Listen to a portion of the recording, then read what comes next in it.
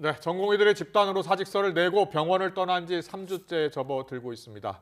이번 주가 의료 차질의 중대 고비가 될 것으로 보이는데요. 최후 통첩 시한을 넘긴 전공의에 대해서는 면허 정지 절차를 밟기 위해 오늘부터 현장 점검이 시작됐습니다. 취재기자 연결합니다. 조용성 기자. 네, 신촌에 있는 세브란스 병원입니다. 네, 연휴를 지나면서 의료 공백이 더 심각해질 것이라는 우려가 많은데요. 이 시각 병원 상황은 좀 어떻습니까? 지난달 19일 이곳 세브란스 병원 전공의들로부터 시작된 집단 사직이 3주째 접어들었습니다. 대학병원 수술은 이제 절반 이상 기약 없이 연기되고 있습니다. 전국 수련병원에서 일하던 전공의 대부분이 돌아오지 않아 이번 주에는 진료 공백이 더 커질 것으로 보입니다. 그나마 환자를 지키던 3년차, 4년차 전공의 상당수가 지난달 말로 계약이 종료됐고 이달부터 들어오기로 했던 인턴 대부분이 계약 포기를 통보한 상황입니다.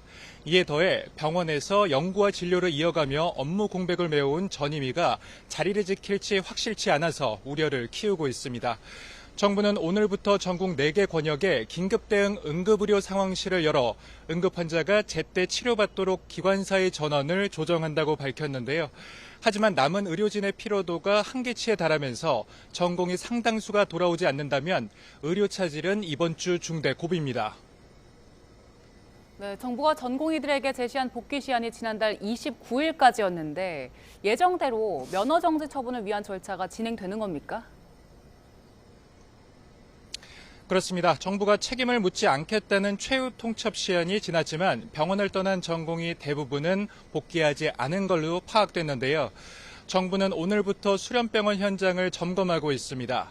복귀하지 않은 전공의에 대해 이르면 내일부터 면허 정지를 위한 행정처분 사전 통보를 시작할 예정입니다. 중대본 브리핑 직접 들어보겠습니다.